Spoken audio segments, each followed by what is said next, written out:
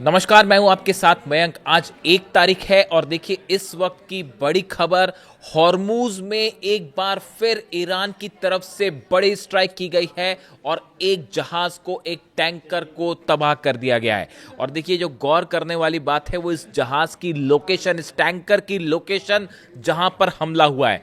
देखिए जो खबर है उसके मुताबिक tensions in the Strait of Hormuz have intensified after another commercial tanker was struck by an unknown projectile near Lima, Oman, according to United Kingdom Maritime Trade Operations। ये जो हमला हुआ है ये ओमान के करीब लिमा में हुआ है। यानी आप समझिए इस बात को कि ओमान के पास से वो नया रूट, जिस नए रूट से अमेरिका जहाजों को निकालना चाहता है, ईरान को बाईपास करते हुए, और ईरान लगातार कह रहा है कि अगर इस रूट से आप जहाज निकालेंगे तो हम निशाना बनाएंगे। ओमान के पास लिमा में वहां पर ये हमले किए गए। ये सीधा सीधा एक बार फिर बड़ा झटका है अमेरिका को, और ईरान ने करारा जवाब दिया है अमेरिका को कि देखिए अगर वार्निंग के बाद भी आप नए रूट से जहाज निकालने की कोशिश करेंगे तो उसका नतीजा सामने है। ईरान की मिसाइल्स और ड्रोन्स तैयार हैं।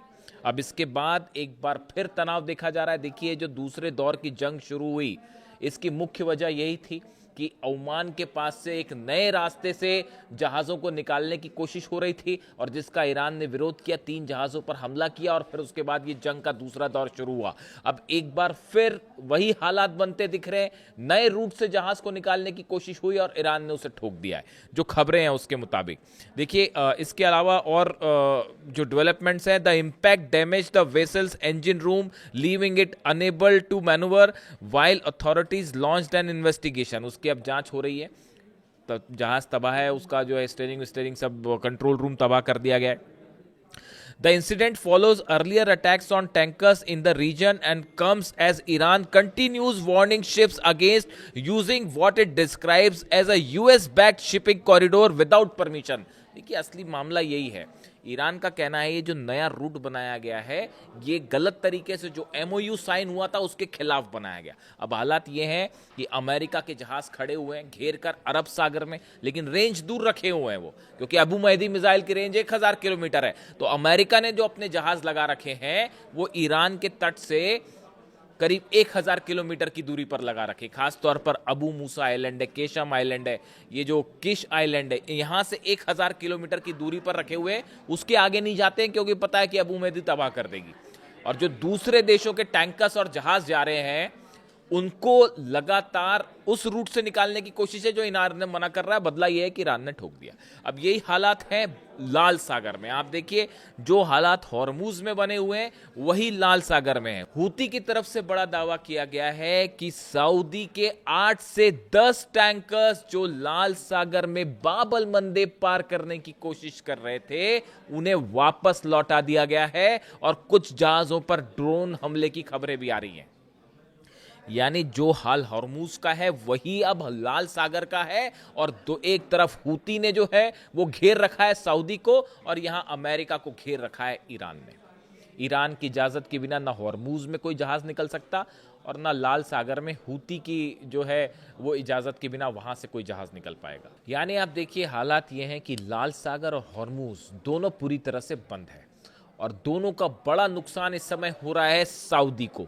सऊदी के जो ऑयल सप्लाई होती है, जो ऑयल शिप्स लेके जाते हैं समंदर के रास्ते से, वो पूरी तरह से रोक दिए गए हैं। इसी बात की वार्निंग दी जा रही थी बार बार। रूस की तरफ से भी, लावरोव की तरफ से बार बार ये बात कही जा रही थी कि अगर बाबल मंदेब बंद हो गया तो हाहाकार मच जाएगा। अब देखिए जितने अरब देश हैं उन सब के जहाज फंसे हुए हैं, और वो स्वेज कैनाल के पास जो हमला हुआ, इजिप्ट पर जो हमला किया गया, उस हमले से देमेत्ता पोर्ट पर जो हमला किया गया वो तीसरा रास्ता था सऊदी का जहां से जहाज निकलते थे। उसको भी एक वार्निंग दे दी गई है कि अगर यहां से जहाज निकालने की कोशिश करोगे तो यहां पर भी हमला किया जाएगा। यानी सऊदी को घेर लिया गया है तीनों तरफ से, और जहाज निकल नहीं पा रहे हैं सऊदी के। इसके अलावा देखिए एक और बड़ी और अहम खबर आई है।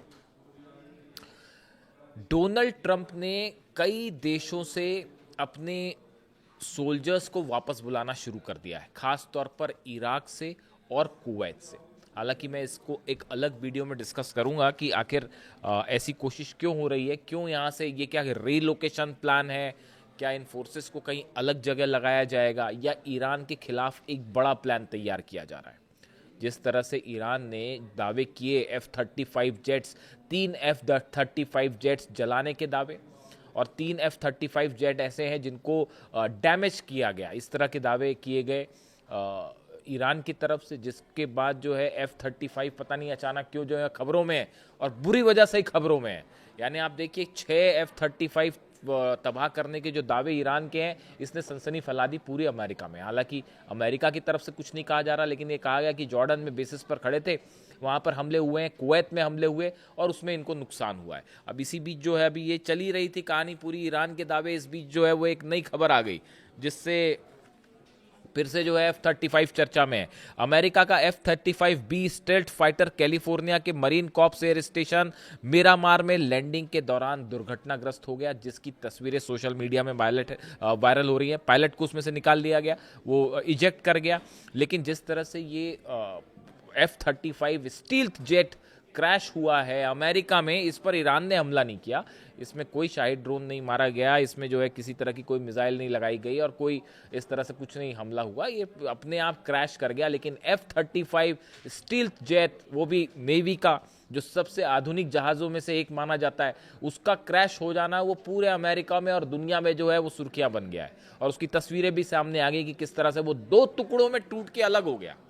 यानी ऐसा लगता है मानो कि F-35 पर जो है वो कुदरत का कहर बरस रहा है, या पता नहीं अब क्या कहें आप, कुदरत का अजाब है क्या है पता नहीं। और वो जो है सब तरफ F-35, कहीं गिरने के दावे हो रहे हैं, कहीं जलने के दावे हो रहे हैं, खासा नुकसान है इससे अमेरिका को।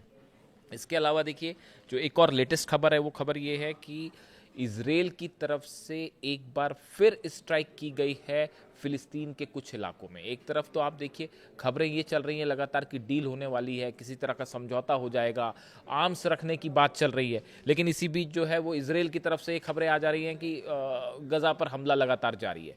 यानी इन हालात में, इसीलिए मैंने अपने पिछले वीडियो में ये बात कही थी कि इजराइल और हमास के बीच में किसी भी डील की खबर को लेकर ये दावे करना कि अब ये डील हो जाएगी और हमास हथियार रख देगा, ये बहुत ही प्रीमेच्योर होगा। और इस बारे में जब तक कुछ नहीं कहा जा सकता, जब तक ये मामला आगे ना बढ़े। ईरान की तरफ से गजा को लेकर और हमास को लेकर क्या सलाह दी गई हो, मैंने पिछले वीडियो में जिक्र कर दिया। अब आप एक प्लान समझिए हो क्या रहा है।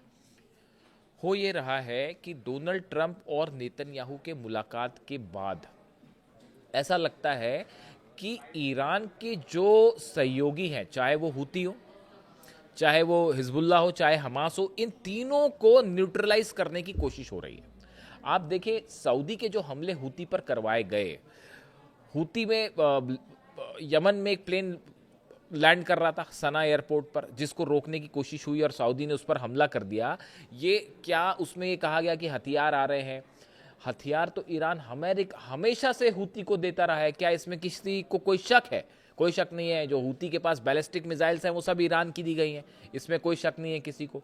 तो इस बार सऊदी की तरफ से हमला क्यों किया गया? क्या ये अमेरिका की तरफ से ये प्लान तैयार किया गया था कि हुती के खिलाफ सऊदी की जंग करवाई जाए और हुती को खत्म किया जाए? वो उल्टा गया।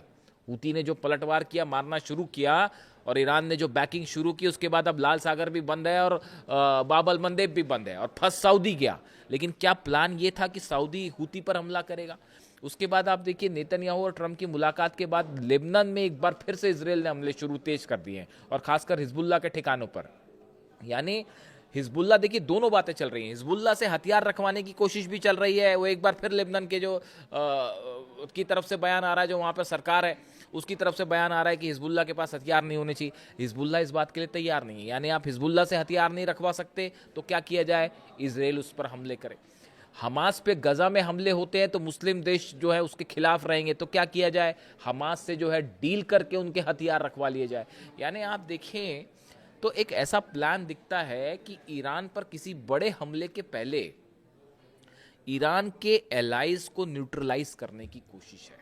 आप देखिए ईरान का क्या प्लान था, आप इस बात को समझिए। ईरान का क्या प्लान था? ईरान का प्लान ये था कि हमले हुए अमेरिका की तरफ से, ईरान ने क्या किया, जो अमेरिका के सहयोगी देश है, अरब देश है, इन पर हमले शुरू कर दिए। कहीं पर एयरबेस पर हमला कर दिया, कहीं रडार पर हमला कर दिया, कहीं पर ऑयल टैंकर्स पर हमले हो गए, कहीं पोर्ट पर हमले हो गए। तो उसका नुकसान एलाइज को नुकसान हो रहा है, तो वो सब के सब अमेरिका पर चीखने चिल्लाने लगे, भाई हमें बचाइए, आपका डिफेंस सिस्टम तो काम नहीं कर रहा, तो अगर आप जंग जीत नहीं सकते तो हमले रोकिए। तो अरब देश दबाव बनाने लगे, यानी एलाइज वर्सेस एलाइज। ईरान की तरफ से अमेरिका के एलाइज कंट्रीज पर हमले हुए, कुवैत में, जॉर्डन में, बहरीन में।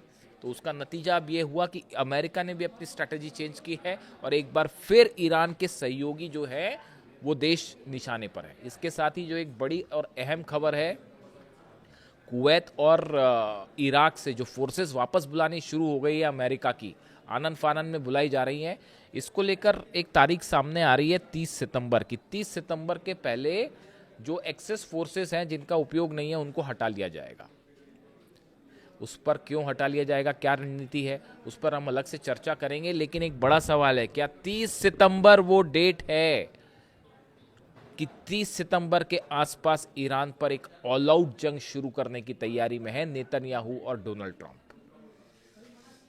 इस बात को लेकर अब मामला साफ हो चुका है कि न्यूक्लियर डील भी नहीं होने वाली है। और डोनाल्ड ट्रंप और क्या नेतन्याहू ने ये प्लान तैयार किया है कि पहले ईरान के एलाइज को हमला करके कमज़ोर किया जाए और उसके बाद फिर जो है मामला आगे बढ़ाया जाए और सीधा हमला किया जाए। लेकिन ये बात रूस भी समझ रहा है, चीन भी समझ रहा है, और हूती जो है वो अपने फुल फॉर्म में, और उन्होंने रोक रखा है बाबल मंदेब और लाल सागर। ऐसे में अब ये जंग एलाइज वर्सेस एलाइज की है और ऑयल वर्सेस ऑयल की है। जो रूस में ऑयल के ठिकाने जल रहे थे, 100 ठिकाने, उसी समय ये तय हो चुका था। मैं बार बार आपको ये बात कह रहा था कि वो रूस पर हमला है, उसको यहाँ जोड़ के देखिएगा और नतीजा देखिए, अब सऊदी का एक बूंद तेल बाहर नहीं जा पा रहा। तो ये रूस पर हमला, अगर ट्रंप और यूरोप रूस का ऑयल स्टेशंस जलाएंगे तो बड़ी साधारण सी बात है, वो गल्फ कंट्रीज में जो अमेरिका के एलाइज हैं उनके ऑयल को रोक देगा। और यही हो रहा है। ये दोनों वॉर आपस में कनेक्टेड हैं। यूक्रेन की भी एंट्री की कोशिश थी जंग में। यूक्रेन ने हाथ जोड़ दिए कि भैया देखो ऐसा है, अभी रूस से तो हम निपट नहीं पा रहे, और ईरान से अगर पंगा ले लिया और वो खैबर और फतह बरसने लग गई, अगर मान लो कीव पे यूक्रेन पर, तो क्या होगा। तो वहां पर जेलेंस्की पीछे अड़ गए, वरना तैयारी यही थी। अब देखिए सऊदी भी जो है वो इस बात के लिए पूरी तरह से राजी नहीं है कि सीधी जंग की जाए ईरान से। उन्होंने भी संदेश भेज दिया है कि हम जो है 14 देशों की सेना बनाएंगे, यानी अकेले खुद कुछ करने को राजी नहीं है सऊदी। और इसीलिए डोनाल्ड ट्रंप का सऊदी प्लान जो है वो फेल है। और इस हालात में जो लेटेस्ट खबरें हैं, हॉर्मूज जल रहा है, लाल सागर जल रहा है और घिर गया है सऊदी। इससे जुड़ा जो भी अपडेट होंगे, आज का बताया जा रहा है कि आज की रात फिर से अहम होने जा रही है और बड़ी स्ट्राइक्स देखी जा सकती है। ऐसी खबरें हैं सोर्सेस से, हम इंतजार करेंगे, जो भी अपडेट होगा आप तक पहुंचाएंगे। Thank you so much.